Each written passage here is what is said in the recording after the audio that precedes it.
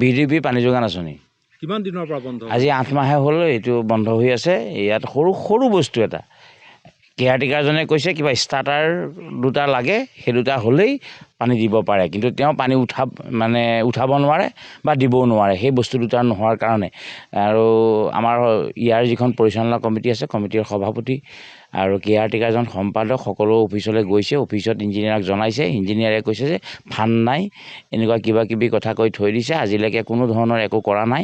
বাৰু গাঁও পঞ্চায়তকো তেওঁলোকে জনাইছেনে নাই মই সেই সবিশেষটো নাজানো।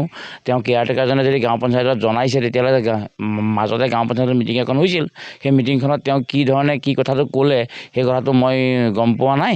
আৰু গাঁও পঞ্চায়তেও তেনেকুৱা ধৰণৰ কোনো ধৰণৰ কথা আজিলৈকে আমাক জনোৱা নাই যে এইটো বস্তুটো আমাৰ ফালৰ পৰাই দিয়া হ'ব বা আপোনালোকে এইটো কৰিব পাৰিব, একো ধৰণৰ কোনো কথা কোৱা নাই। কিমান ঘৰ মানুহ আছে আপোনাৰ ইয়াত 250 ঘৰ মানুহ আছে, পানী পোৱাই নাই।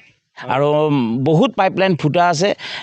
পাইপলাইনত পানী দিলেও খুব বেছি 10 ঘৰ বা 15 ঘৰে পায়, আৰু এইখিনি পানী চব বিথলে যায়। আৰু সেইটো বোলে কিবা ৰিপেয়াৰিঙৰ কাৰণে আহিব বুলি কৈছিলে, এতিয়ালৈকে কোনো ধৰণৰ তেনেকুৱা ৰিপেয়াৰিঙৰ কথাৰ কোনো ধৰণৰ কাম কৰা নাই।